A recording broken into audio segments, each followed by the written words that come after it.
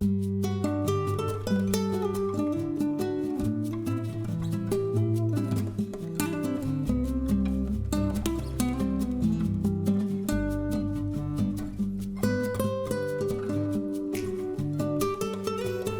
morning and welcome to the online devotion from Mount Gilead Church. My name is Mike Bridgewater and I'm the Operations Director here at the church building. And today is Friday, September 2nd, 2022.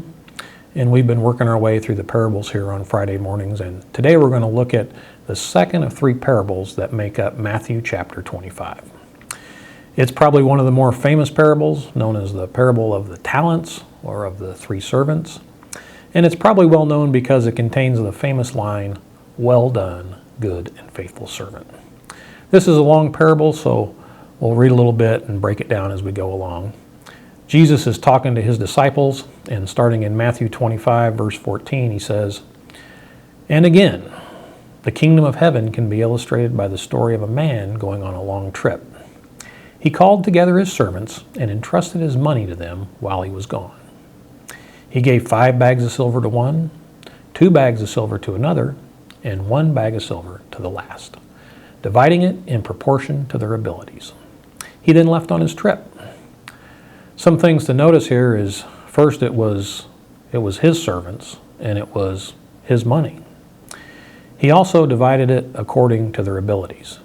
He had made an independent assessment of his servants and had given them an appropriate amount.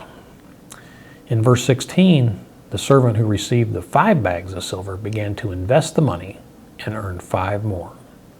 The servant with 2 bags of silver also went to work, and he earned 2 more. But the servant who had received 1 bag of silver, well, he dug a hole in the ground and hid the master's money. After a long time, the master returned from his trip and called them to give an account of how they had used his money. He had entrusted his money with his servants, and when he returned, an account was due. Verse 20 says, "The servant whom he had entrusted 5 bags of silver came forward with 5 more and said, 'Master, you gave me 5 bags of silver to invest, and I have earned 5 more.' The master was full of praise. 'Well done, my good and faithful servant.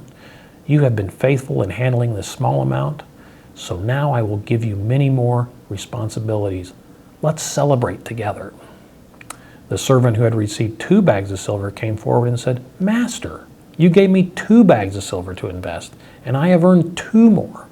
The master said, 'Well done, my good and faithful servant. You have been faithful in handling small amount, so now I will give you many more responsibilities. Let's celebrate together.' Both servants were given the same reward, but now comes the contrast in verse 24.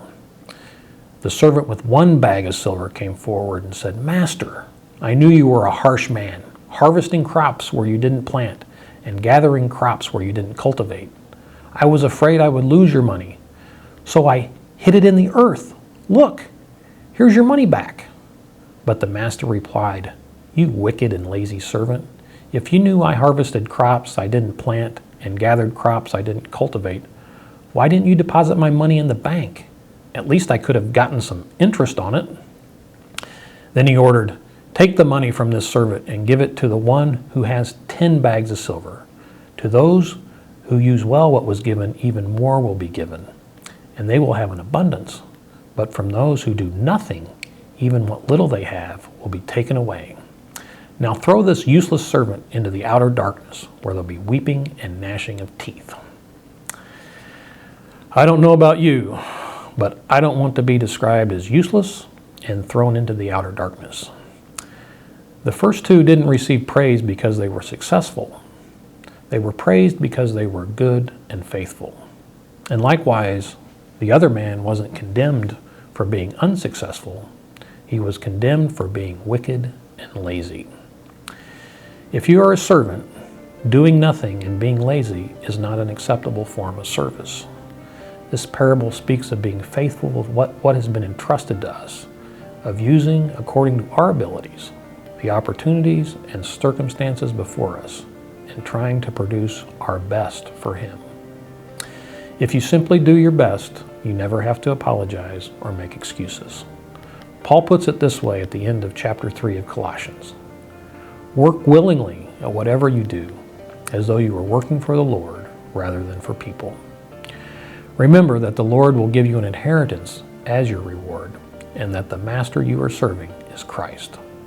But if you do what is wrong, you'll be paid back for the wrong you have done, for God does not have favorites. That's all I have for you today.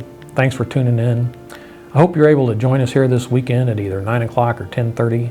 Jeff will be finishing up the What's on Your Mind series this weekend. Have a great rest of your Friday, and bye-bye.